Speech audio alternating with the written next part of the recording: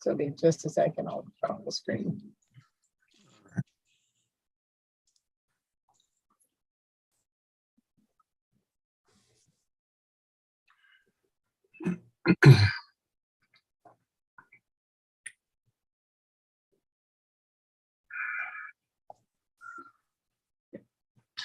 Good morning, all. I'm Dwight Keenan, Chair of the Kansas Corporation Commission. I'm joined this morning by fellow Commissioners Susan Duffy and Andrew French. At this time, I will call to order this meeting of the Kansas Corporation Commission on this Tuesday, June 14th, 2022. Commissioners, the first matters up for our consideration this morning are 17 items on the consent agenda. I would note this at the outset that it is my intent to recuse on item number 5, which is docket number 22-seal NS-3458-CPEN. That's item number 5. Commissioners, we've had the opportunity to review the draft orders in each of these matters. I would turn to each of you and ask you if you have any questions, comments, or concerns, and I'll begin with Commissioner Duffy. Good morning, everyone. No, I have no comments or questions. Thank you. Commissioner French. I have no questions. I move approval of the consent agenda, noting Commissioner Keen's recusal on item number 5. I second the motion as described. Very well. Been moved and seconded that we approve the order as moved by Commissioner French and seconded by Commissioner Duffy. Is there any discussion? Hearing none, I'll call the question. All those in favor signify by saying aye. Aye. Aye. Aye. Motion carries. The consent agenda is approved. We have one notice item this morning. At the request of the Sierra Club, this morning we have a presentation to the Commission regarding SPP Order 22, ELCC and resource adequacy in Kansas. Our presenter this morning is Ty Gorman, who is the Kansas campaign representative for the Sierra Club. Good morning, Ty. Good morning, Chair Keen. Very well. If you would, we have been provided with a copy of your PowerPoints. So with no further ado, I'll turn it over to you. All right, thank you very much. Is the PowerPoint going to be run from you all up there, or should I share my screen? You're welcome to share your screen, unless you prefer for us to run it.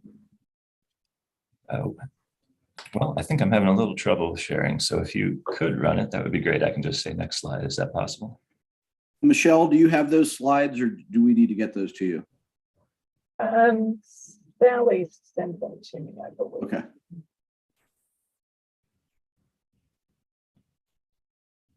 Well, first, just want to take this time since we're waiting here. I want to thank you very much for having me here today. As Chair Keen said, I'm Ty Gorman, the Kansas representative for the Sierra Club and Beyond Coal campaign especially. And we represent tens of thousands of Kansans who support an equitable transition from coal to clean energy by 2030 in order to meet affordability, reliability, health, and climate goals.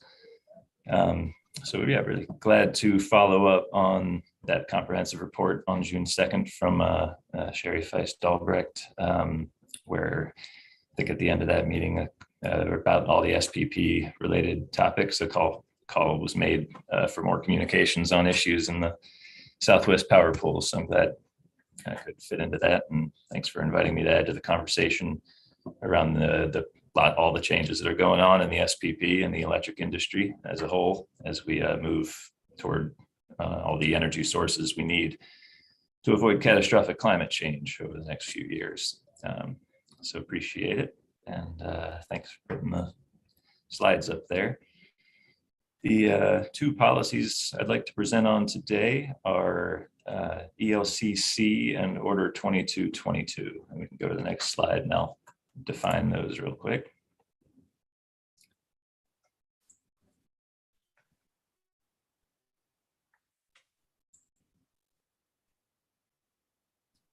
Okay, thank you.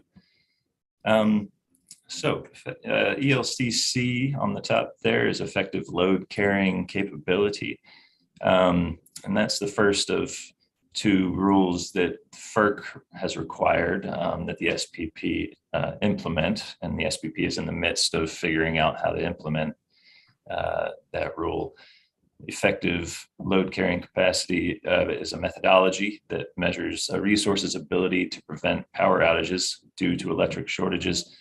It uses probabilistic grid modeling, that bases those the resource and how it can prevent a shortage by looking at when a resource is likely to generate electricity and when electricity shortages are most likely to occur.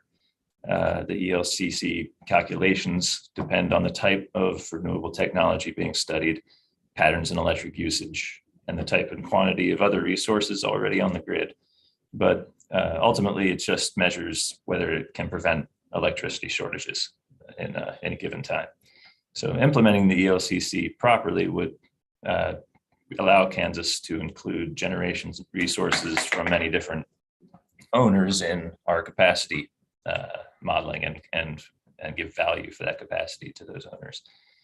It would allow us to ramp up solar storage and other grid reliability needs faster and cheaper than the utility could do it on its own. So that's a quick overview of ELCC. The other one I want to discuss is FERC Order 2222.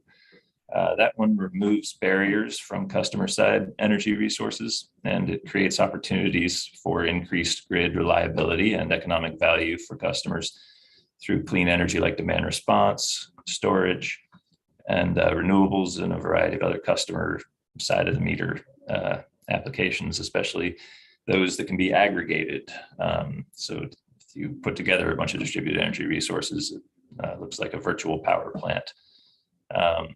And in Kansas, these can be very clean and affordable generation sources.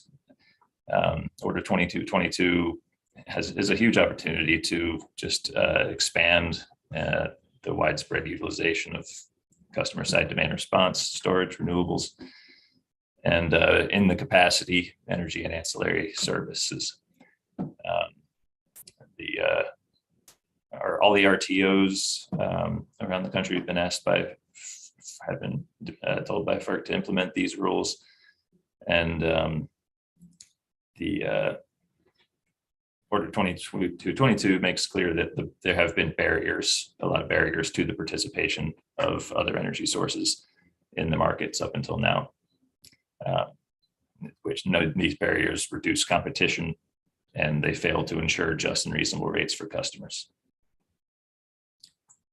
So I think that's a pretty good overview. I'm not sure, maybe I should stop every now and then for questions, but unless anyone wants to come off mute, I'll just keep rolling on. Hi, I don't have any questions, but I did notice Jeff McClanahan and Sherry Albrecht are on here as well. And Jeff and Sherry, I think you all should feel free to jump in whenever you want as well. Will do, Commissioner French. Thank you. Great, thanks all. I'll jump to the next slide.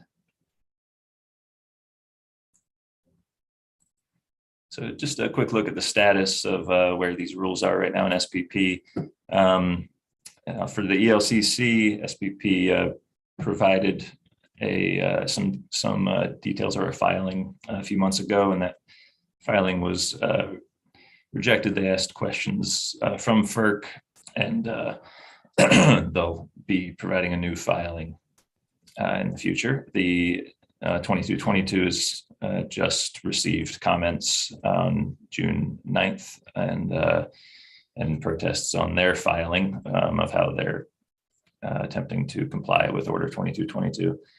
So we'll go over here, what those two are missing in the next few slides. We'll look at how that affects or what kind of reliability, affordability, and energy burden issues these bills affect, and look at how the KCC can incorporate distributed energy resources and ELCC accreditation in Kansas markets. So basically we want to get our communities the benefits of customer side generation and distributed energy resources in wholesale markets. That's the purpose of these rules. And the SPP is slow to move towards successful implementation of the rules. Utilities are still struggling to see how they can best meet profit targets under these new technologies and this new paradigm of distributed energy. So far, SPP hasn't landed on an acceptable implementation framework from FERC's point of view for these rules. For ELCC, the accreditation methodology has not been included in the tariff. What was contained, which is part of what was required if the rule, and what they put in their business manual was flawed because it applied inconsistent capacity measures and value to different technologies arbitrarily, including different capacity values to otherwise identical wind or solar resources. So they're still working on that. And for 2222, the compliance filing failed to meet the requirements in the FERC rule to ensure a just and reasonable tariff or comply with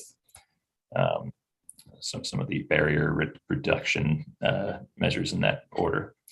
We can go to the next slide. Ty?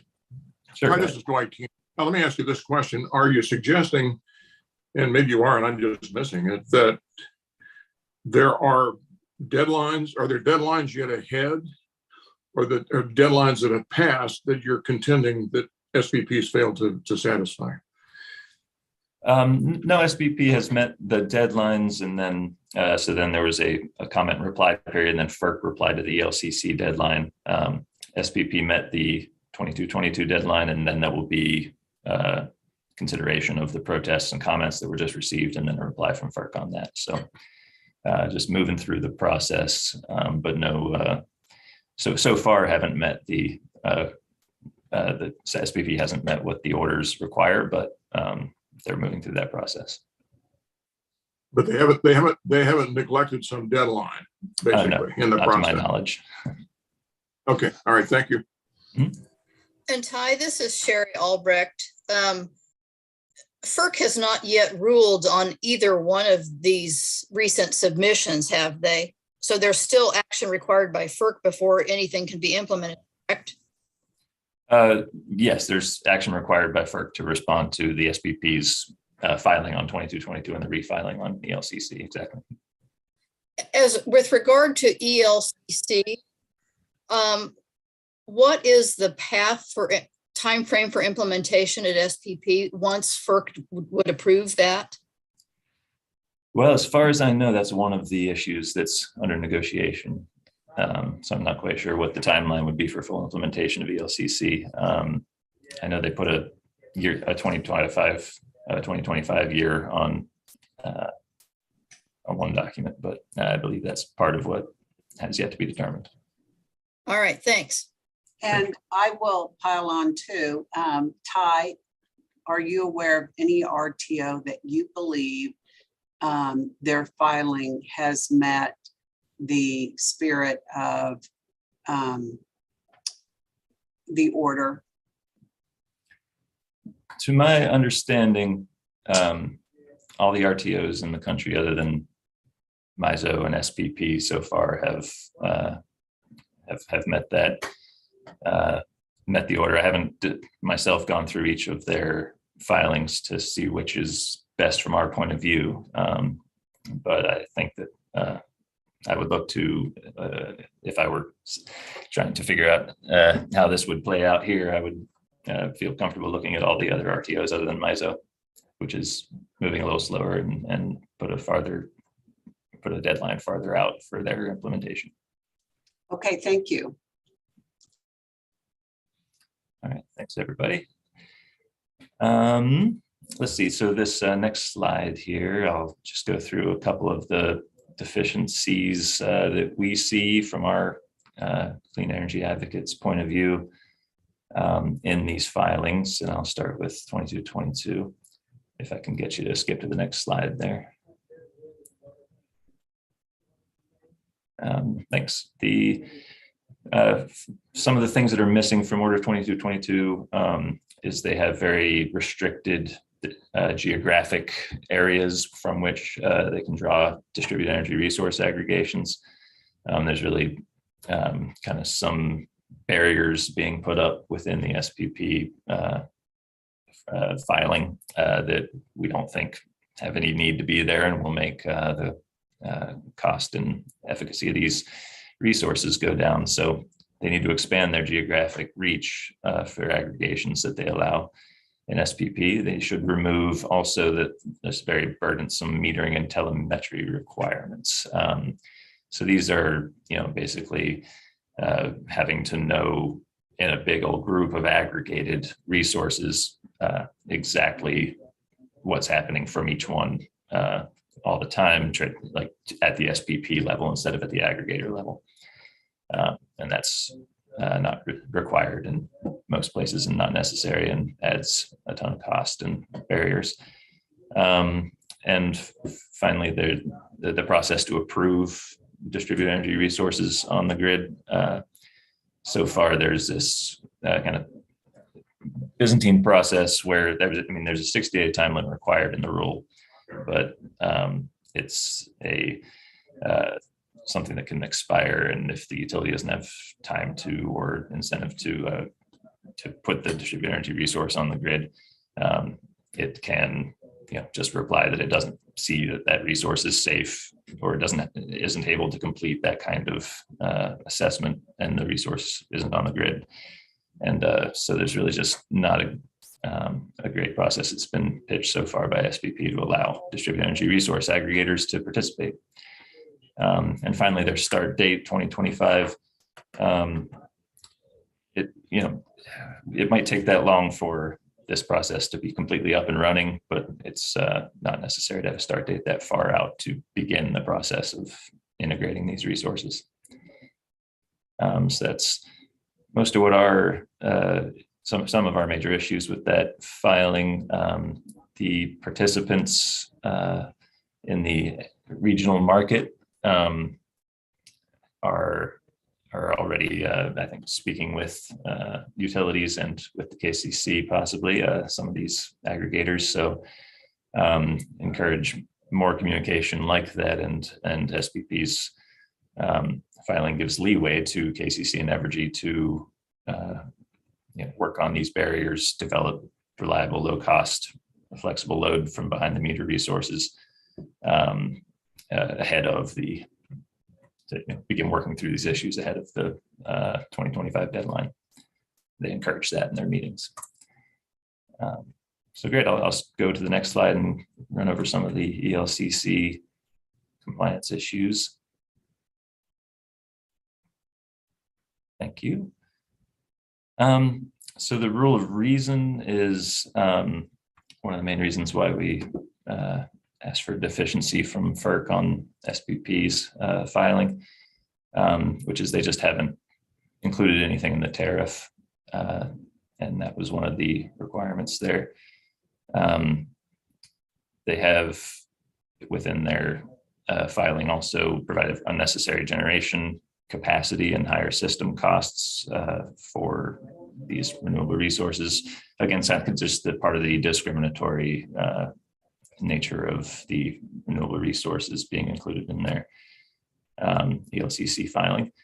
They have a 4-hour continuous runtime requirement that ignores some realities of how storage can cycle and continue to provide effective generation over much longer than that period, and or within shorter increments than that period. And finally, the value to their the ELCC's value to resources based on the utility relationship with that resource owner, and that is discriminatory as well. The utility controlling that relationship to the extent that it does in that filing. So the next steps there, just. Hi again, if I could briefly interrupt Dwight Keene again. Let's go back to the real reason just very briefly. Am I to draw from what you said there that the Sierra Club has requested a deficiency from FERC? Has that been initiated? Yes, FERC replied.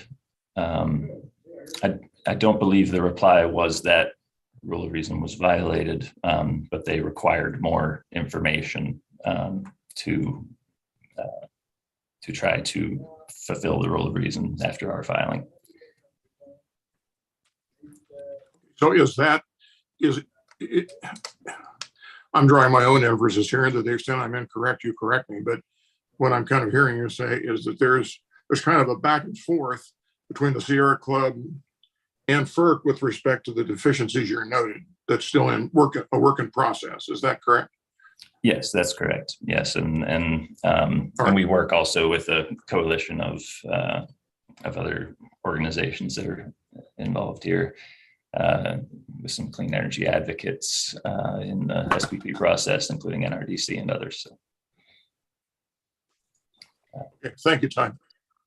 Chair Keen, may I offer a little bit of clarification to help you out? Please do.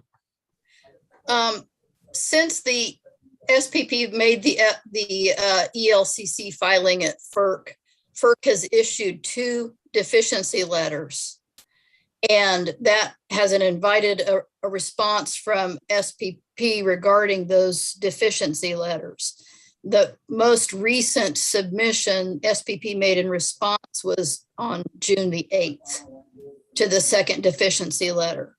So once those filings are made at FERC, there's a process. People can make comments or file protests. And that's kind of the process that FERC undertakes before it makes a ruling on the merits of SPP's application to revise the tariff. Sherry, that's very helpful. I think what I'm hearing you say is the process is quite deliberative. And I take it that plays into an attempt to really engage in a genuine back and forth to try to determine the extent of deficiencies and whether they're present. Is that a fair conclusion? Yes.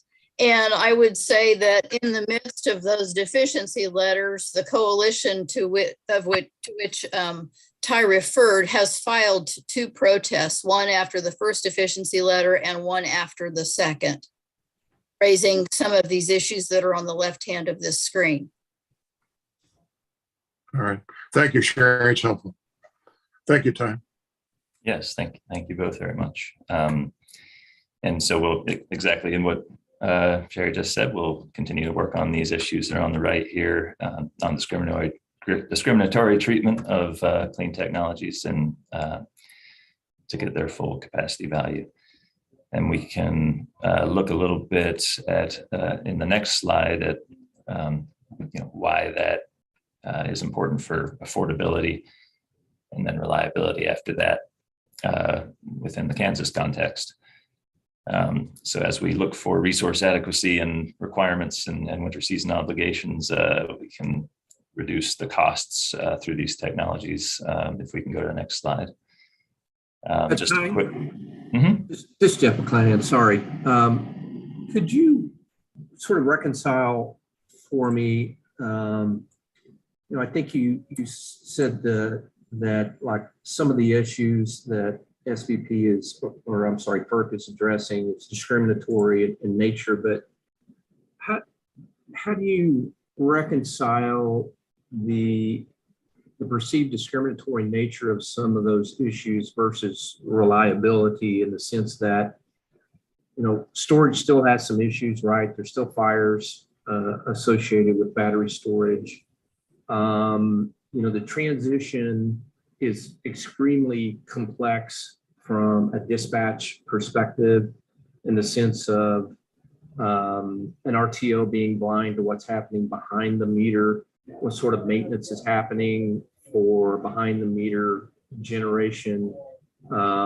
My understanding is there's software issues that, extensive software is going to have to be implemented in order to address a lot of this. So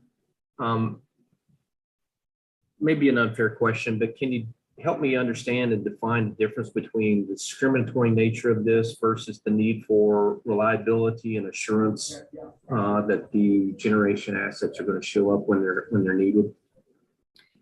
Sure, I think I can address that. I guess I'll start by saying that from a reliability standpoint, these clean technologies, some of which you mentioned there, have come a long way, and the barriers aren't necessarily technical anymore.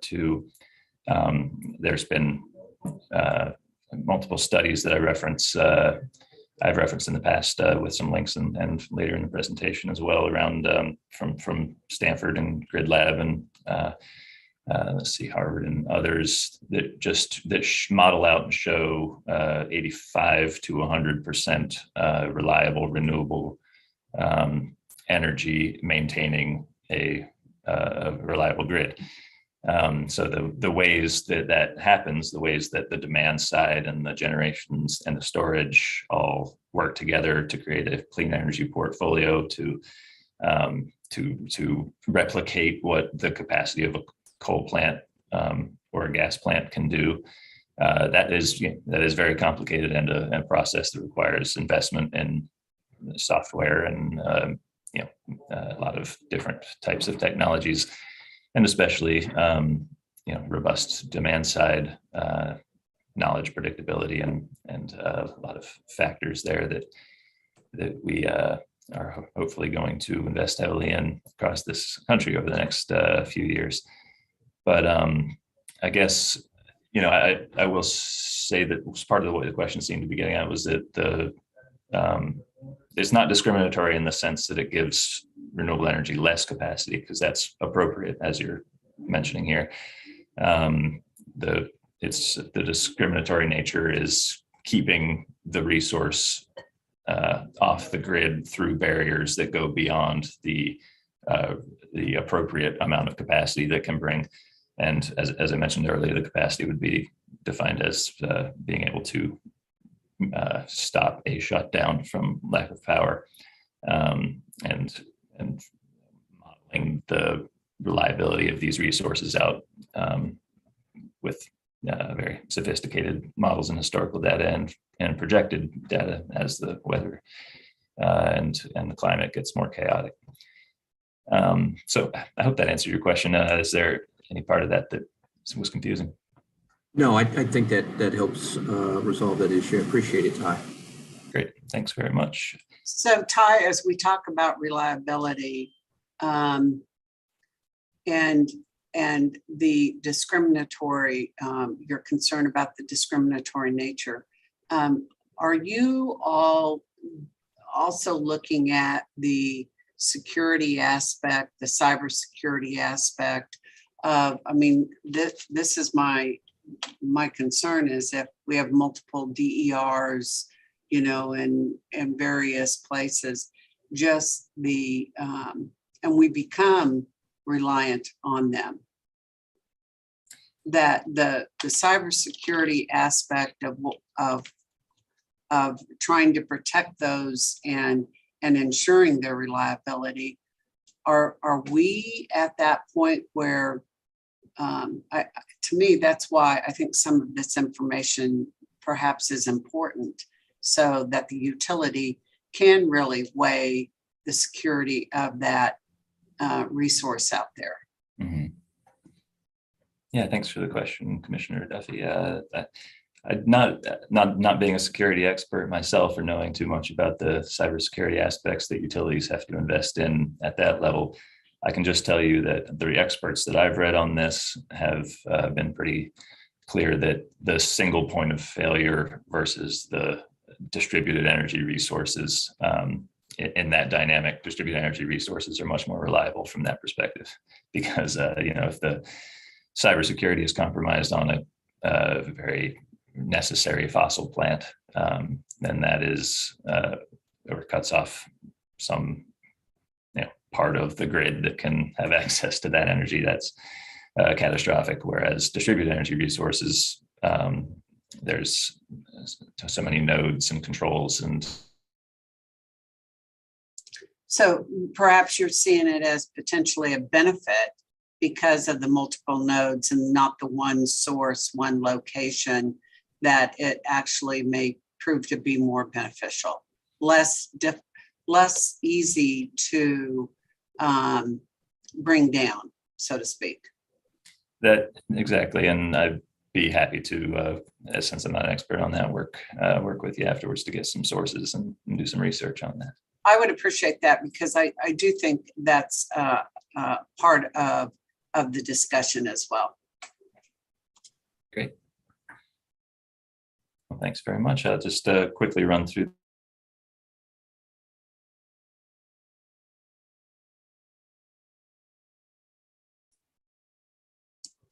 Has he frozen up? Yeah, Ty, this is Dwight Keene. On my screen, you have frozen. Michelle, any ideas? You could try turning off his video and see if that helps. Yes, you might try that, Ty. And then see if we can regain your audio.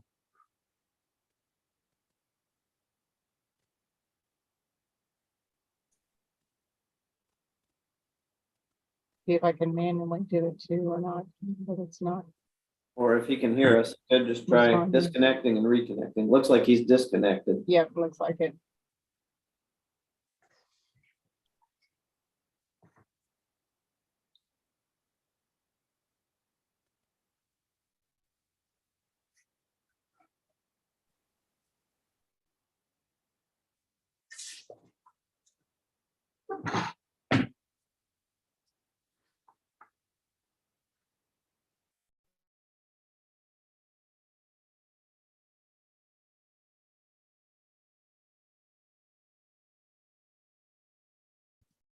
Well, hopefully he will reconnect in a minute. He's not yet. Commissioner Duffy fried all of his circuits with a question. I hope not.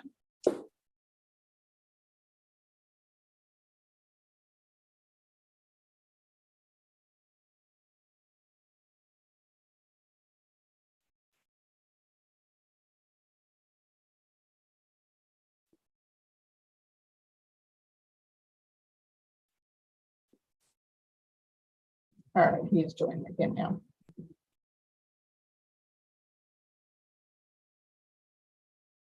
Can you hear me? All right. Yes. I'm so sorry about that. That's never happened to me. We can't hear you. We can't hear you. Great. Please. I think you were on the affordability slide. Absolutely. I apologize for that. This internet's supposed to be impeccable here. All right. So thanks for your bearing with me here. So yeah, just quickly, we've put reports about this out in the past. Jeffrey Energy Center, from an affordability standpoint, a stranded asset in the next year or two, which means it'll be cheaper to replace it with new clean resources than to keep it running. And we have, with securitization especially, to save hundreds of millions of dollars by retiring plants and replacing them with clean energy once the capacity is and the reliability is there. Lacine will follow suit shortly after that as far as the affordability. And both are stranded assets and should be retired before 2030. And the Elcc in 2222 can bring about those affordability benefits. And I can jump to the next slide. Ty, before we move to the slide, you need not bring the one previously back necessarily. But my question had to do with the narrative that you have in the lower right-hand part of that previous slide, indicating that, in your opinion, 90% of clean energy portfolios that are replacing coal plants are cheaper than planned gas plants. Mm-hmm. I guess my question is, how so? How so are they cheaper? So we have nationally a modeling tool that allows us to look at what planned gas plants cost versus what a clean energy portfolio costs, which if you that next slide that she showed for a second there, that was the chart, is what we think of as a clean energy portfolio, a combination of solar, wind, storage, and then in some models, efficiency and demand response as well, that replicate what a planned gas plant can do as far as ramping and capacity.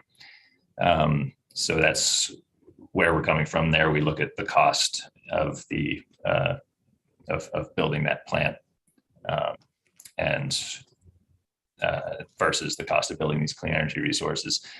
And and then added to that, we have the climate and health impacts of the gas plant, but also the price spikes that aren't included in our analysis from fuel. You're taking current price spikes into account? So the data that led to that 90% figure, excuse me, is probably a year old. And I'd say prices of everything have gone up since then. But Okay, indeed. I guess one final question here, Ty. In your opinion, what do you see as the primary underlying reasons why we are currently experiencing high natural gas prices? Well, that's a big question. I mean, I can't say that I'm an expert on that. I'd be happy to get a full rundown meeting on that in the future with you. But I know that during the winter storm, for example, as far as the price spikes go, the producers and the pipelines had conflicts and production issues that would cause such extreme price spikes. And those haven't, as far as all the analysis I've seen, been solved across those two sectors. So I know, so that's one piece of the answer to your question as far as why gas prices are going up across the board. I'm sure there's infrastructure investments that they've been made, and then just they can raise the price because of demand and supply. I think that's a very fair answer. It wasn't, I'm not trying to mousetrap you here, but I guess I would rhetorically wonder if a major underlying reason isn't the underinvestment in exploration and production for whatever reasons, whether it's historically low gas prices that have discouraged exploration so that it can meet higher demand in a post-COVID environment or whatever. I'm saying that somewhat rhetorically, but I believe it's a major contributing factor. And I appreciate your answer as well. I don't mean to detract from that at all. Thank you, and I appreciate your allowing my interruption. All right, thank you, Chair Keen. Yeah, and this slide here gets at that a little bit. A quick look at the quantities of clean energy we need to replace Kansas coal plants.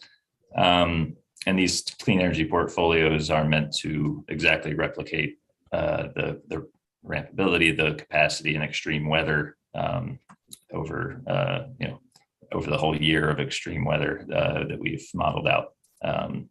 So it's a pretty conservative analysis here, and it's cheaper at this point to build all of this solar, wind, battery storage, efficiency, and demand response than to just keep Jeffrey Energy Center running or Lacine running in the years that they become stranded. Why does that analysis include securitizing the stranded cost, or is it just a straight comparison of the current revenue requirement of Jeffrey versus the revenue requirement of those resources? That's a great question. It does not include the securitization or the funds that we would bring back from securitization after retirement. So those hundreds of millions of dollars of customer benefit would be in addition. Thank you. Thank you. Great. So we can look just at these, replacing these over the next few years with all of this clean energy, and see the quantities we're talking about are pretty high. That's one of the main points of this slide. And even though it's cheaper to build all this solar, as far as what the prices of the commodities versus the maintenance price of the coal is, it is difficult for the utility. Well, the utility's recent plan, for example, shows a much reduced and slow ramp up of clean energy resources. So Evergy's current plans to roll out a few 100 megawatts of solar and wind and other clean energy over the next few years might not get us there to get the cost benefits from securitization and plant retirement. I also mentioned that Winter Storm Uri in those SPP reports showed that even in that extreme weather as well, renewables were meeting their expected capacity, which is what this particular chart will be measuring with all this solar during that crisis, while of course gas catastrophically failed and coal performed below 20% of its expected capacity during that extreme weather event. So just from a reliability standpoint, to plug the clean energy that we can ramp up faster with ELCC and Order 2222. So let me just ask you, are you basing these numbers on current demand? Yes. Okay. Yeah. All right. Same demand analysis that the utility does for. Okay. All right. Ty, another overview question, if I might. Mhm.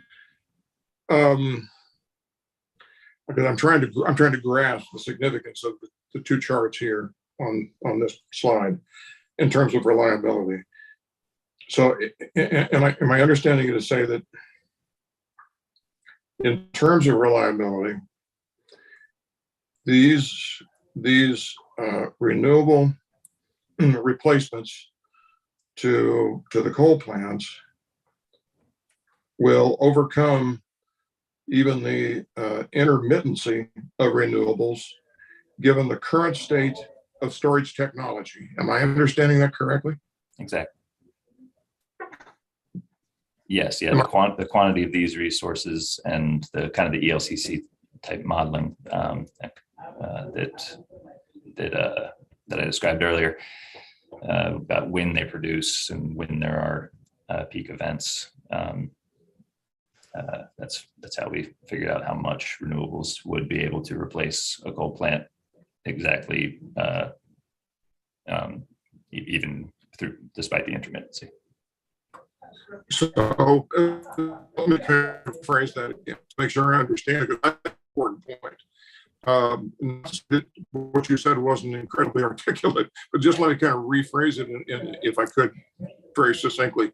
So what you're suggesting is that because of the increased investment in the various types of renewables, that will compensate in effect for, let's assume, a worst case basis where battery storage technology remains flat throughout the entire period going into 2030. Notwithstanding that, the increased investment in these kinds of resources would compensate for that. If I rephrase that correctly? I think so. I mean, I would say that it's not increased investment since all these resources are cheaper, but it's increased nameplate capacity. So you'd have a big increase in the amount of nameplate energy that we're installing versus the coal plant. But the capacity value of each of the intermediate or intermittent technologies are, of course, rated lower than that coal. So yeah, all these together can meet those demands, even if one of them goes flat or if extreme weather comes. Okay, and that's based upon basically an increasing level of generating capacity. That's a major contributor, is it not? An increased from renewables, pardon me. Right, an increased level of generation capacity. So if all of these are producing at once, you're producing way more than the coal plant could produce. In other words, so that could be exported.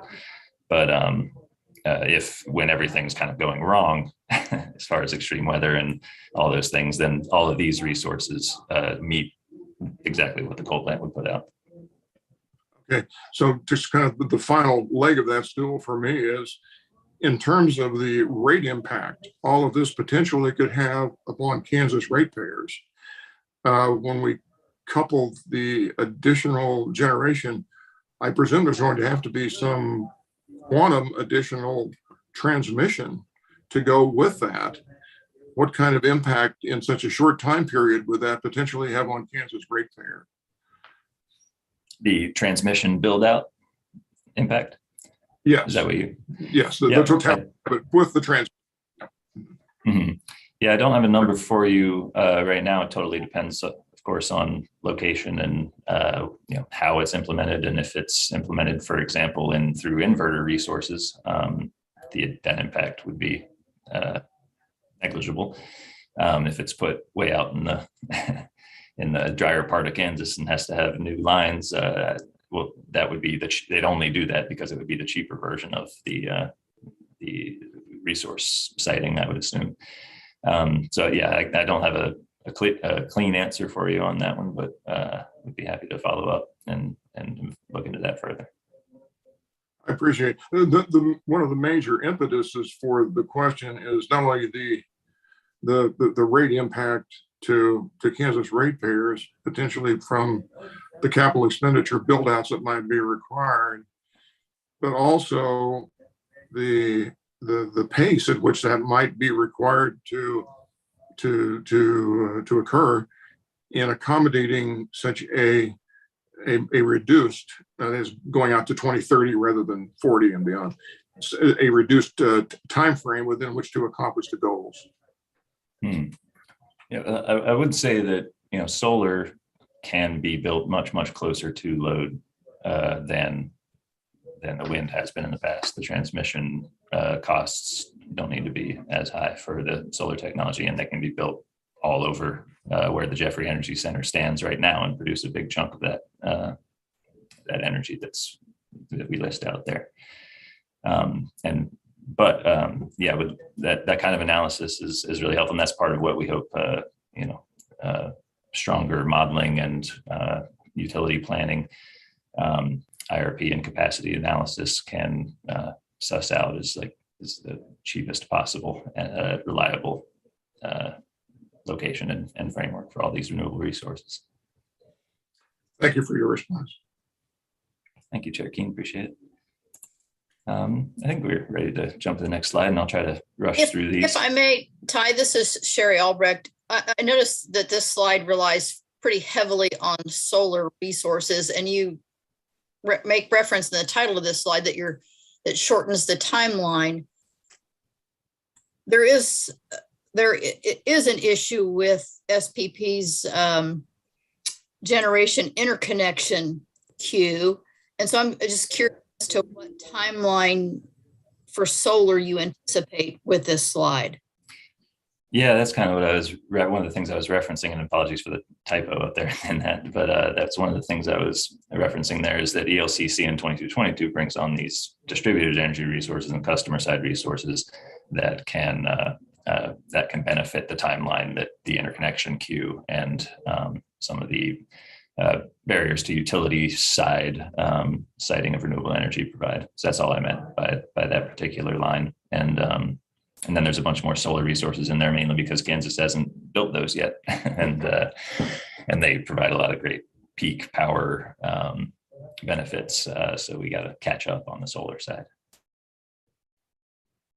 Does that answer your question? Sorry if I'm not sure that it does entirely. Are you suggesting that Kansas, separate and apart from the utility participation at SPP, could be implementing its own ELCC accreditation processes and its own Order 2222 processes ahead of what FERC would authorize with regard to each of those? No, I was referring, I'll address this also in the recommendations at the end, to basically calls from SPP during their working group meetings for regulators and utilities to get involved and begin working through all of the thorny issues that need to be around incentive structures and the best way to move forward with a transition like this. And then of course the FERC implementation of the ruling would have to come before Kansas official implementation. But they starting to work through those issues is what we're getting at here. Will take some time. Okay, thank you. Okay, I'm not trying to belabor this slide, but You have a pretty quantifiable amount under energy efficiency. I mean, whoa, okay, so what do you exactly base that on? Well, the energy efficiency number there is based on the least cost, most reliable optimization within the modeling software. So in this particular framework, it doesn't match like how quickly can we ramp up energy efficiency in Kansas. I would say that to get to 894 megawatts over the next few years, we'd have to increase the energy efficiency proposals that have been made by Evergy so far quite a bit. And we're hoping that does happen over the next few years to triple the type of self-investment that they're looking at now in energy efficiency and demand side resources. But that isn't that particular rollout ramp up or not ramp up, but the rollout of the programs are not quantified within this slide. Okay, thank you. Thank you. All right, well, we can jump through these other slides. I just wanted to mention also in the context of Elcc and 2222 that both those rules can have an effect on and be beneficial for the energy burden issue that's so near and dear to Sierra Club's heart that we have brought to you many times. Just a quick refresher here. In past public meetings, y'all have expressed concern about energy burden and the unfair proportion of electricity costs borne by especially Black communities and Latino communities who can least afford them, providing appropriate incentives to unlock the aggregation of distributed energy resources behind the meter in these energy burden communities, and have access to renewable energy through Elcc and 2222 in energy burden communities is one way to alleviate that energy burden without the cross subsidization of customer classes that we also run into when we try to work out how to keep people from getting their power shut off and issues such as that. So if I could here, to me, looking at this problem, I agree. There is an energy burden that is higher on certain communities. And when we talk about the housing stock that is in this state,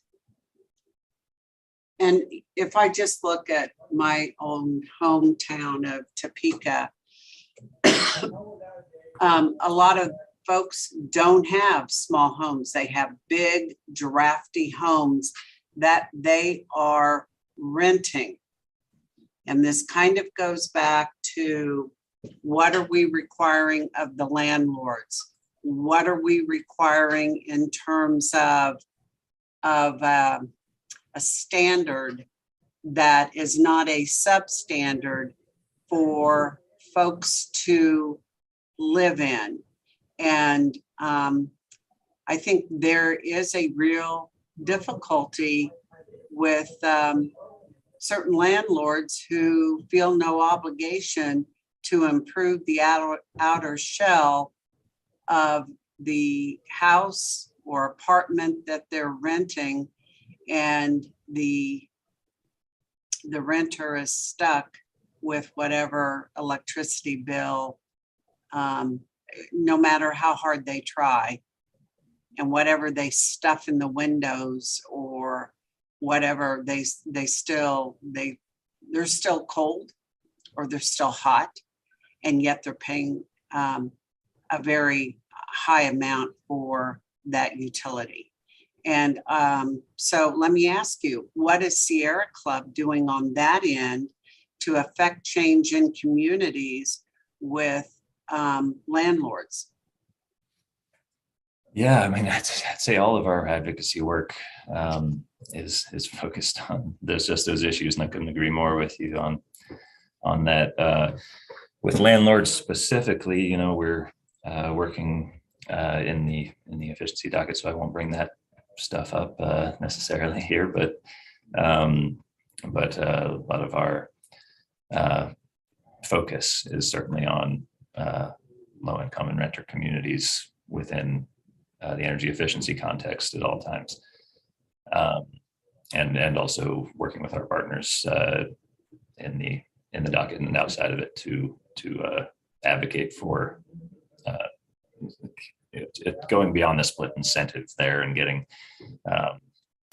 getting those multifamily buildings improved without then excluding the people who were supposed to benefit from it, from having access to those properties any longer.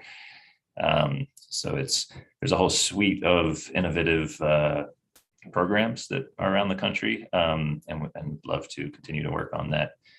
And part of the way to work on that is within the energy efficiency docket and the utility programs. That's a good part of the energy efficiency needs that we have, and we should push and increase that as much as we can as far as the investment. But on the other side, there's also these opportunities opened up by Order 2222 and Elcc methodology for those landlords to be aggregated, to be put into programs where they can get value from increasing their buildings within the market, increasing the efficiency of the buildings, increasing demand response capabilities and programs, and getting paid for it by creating that market service when there's an event, extreme weather or other reason to call for it, or to have renewable energy associated with the or, for example, generation or storage within multifamily residences is very important because they are often, medically have medical devices and are at risk if they're at risk for shut off. It's a very dangerous situation for a lot of folks. So having the ability to get a battery into a low income home that can be drawn on for the grid or there for emergency needs is another thing that the private opening up this market to aggregators, distributed energy, and through the LCC valuation and capacity methodology, that all brings value to Kansas and investment into these types of technologies and those types of communities if the KCC leads it in that direction by the incentives. So maybe I started getting excited and talking too fast there at the end, but did that answer your question to some extent? All right, I think you nodded. Okay, let's see. The energy burden here, you can see the chart just lays out in one format how much more communities of color pay than their white neighbors. We can go to the next slide and just see the same data in a different format.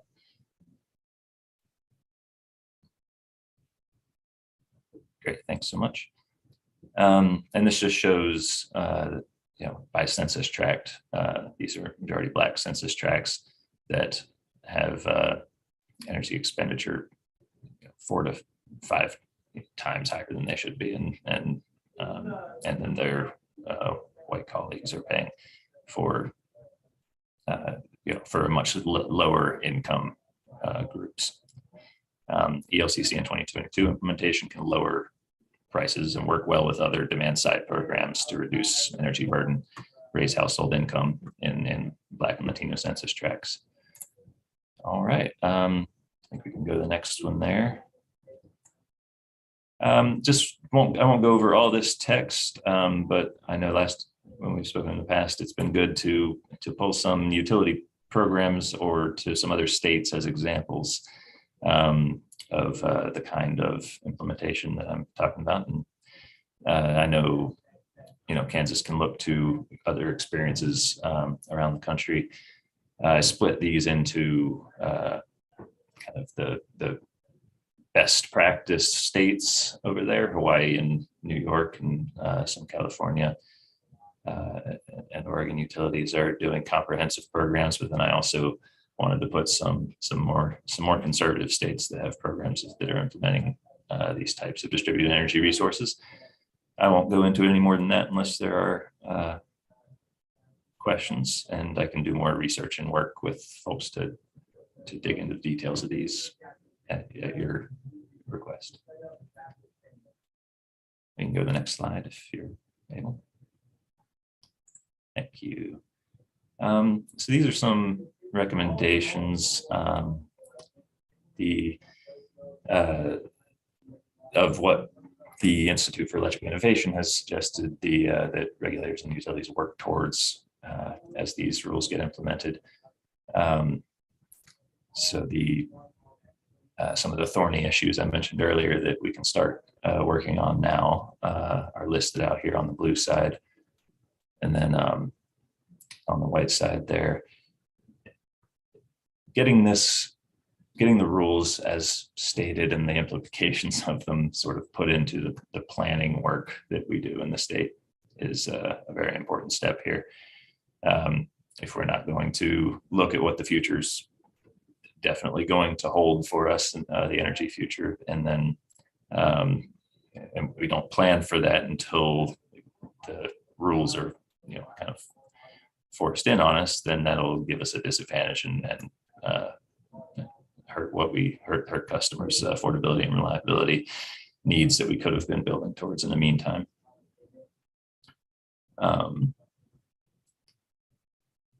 Yeah, I think that's all I have on that. We can go to the next slide there. I know I'm running out of time. I was doing a time check here. So yeah, these recommendations, I mean, one thing that's clear from the SPP process so far is that I think they would prefer to comply with FERC in a way that relies heavily on regulators and utilities to lead the implementation of Order 2222 and the Elcc methodology. Kansas can get a head start on the customer benefits from those FERC rules by working with the utility now and SPP to find the right incentive structures and incorporate these customer side resources into Evergy's planning and modeling processes now, develop the relationships that are needed to implement through these distributed energy resources and equitable transition away from coal and towards new, clean, affordable, reliable resources where we can work with each other and reduce the burden on our communities. And I'll leave it there and answer any questions you have. I thank you very much for your presentation. I think that plus all the back and forth we've had this morning has been very instructive. Before we close out, I would give anyone who's on board here the opportunity to ask any further questions of Ty if you wish to do so. Ty, this is Commissioner French. I don't necessarily have a question, but I just wanted to thank you for all the information. I know I didn't ask a lot of questions this morning, and please don't take that as a lack of interest in the concepts. I am definitely in learn mode on all of this right now, and this transition is happening, and we're all trying to figure out what the most reliable and affordable way to make it happen is. I agree with a lot of what you're saying, that we've got to reduce the energy burden, especially on disadvantaged and low-income communities, and so that is part of the package as well. As far as accreditation goes, I agree that we need to appropriately accredit our clean energy resources because those are Kansas energy resources and we want to get full credit for that. At the same time, to me, I don't know if it's the bigger concern, but maybe the more pressing concern is making sure we appropriately accredit our traditional resources. I think that's maybe where we saw our shortfall during Winter Storm Uri. And so starting to apply some more performance accreditation metrics to traditional resources, I think will be helpful, and potentially also valuing the availability of those resources. We're starting to find out which ones were and were not available, and if we can compensate resources for being available, I think that'll be helpful. So it's all part of a bigger package, but I appreciate your context and what you brought to us today. So thank you very much. And if I could add my 2 cents worth, I think it's valuable that we hear from the Sierra Club and on not just this issue, but other issues. I think it's important for me as an individual commissioner, but also as the commission as a whole and staff to hear your thoughts, your modeling, what you guys have done as it relates to Kansas, and getting that other perspective. I would agree with what Commissioner French said. These changes are coming, and how well we implement them is extremely important. I believe that Storm Uri will continue to be a petri dish that we can use to model the worst what if situation. And the fact that it really did happen, I think, again, a learning experience for all of us on all our types of generation and how well they performed. As we head into the summer months of a summer that's already, good grief, it's just sweating hot out there. I think, again, we will be tasked with looking at how best can we weather this type of ongoing weather that is changing in our climate. So thank you very much for being here, Ty. I appreciate it. Thank you so much, Commissioner French, Commissioner Duffy. I appreciate it. Fine. Well, Hi, Cherokee. Sorry to interrupt you. you didn't. I talked over you. I didn't mean to. I apologize. Thank you very much, Ty, for being here. I want to thank as well. I appreciate Jeff and Commissioner Albrecht for their contributions to this. It's always instructive when we have more thoughts that are being advanced in the public arena here, that especially informed ones, and that's certainly true of both Jeff and Sherry. I think with that, Ty, will thank you once again, and please don't be a stranger. All right, Cherokee, thanks everyone. Commissioners, absolutely. By my reckoning, we have come to the end of this meeting. Unless there's anything further that you would like to consider at this time, I would entertain a motion that we adjourn. So moved. Second. All in favor? Aye. Aye. Motion carries. We are adjourned. Take care. Thank you. You will.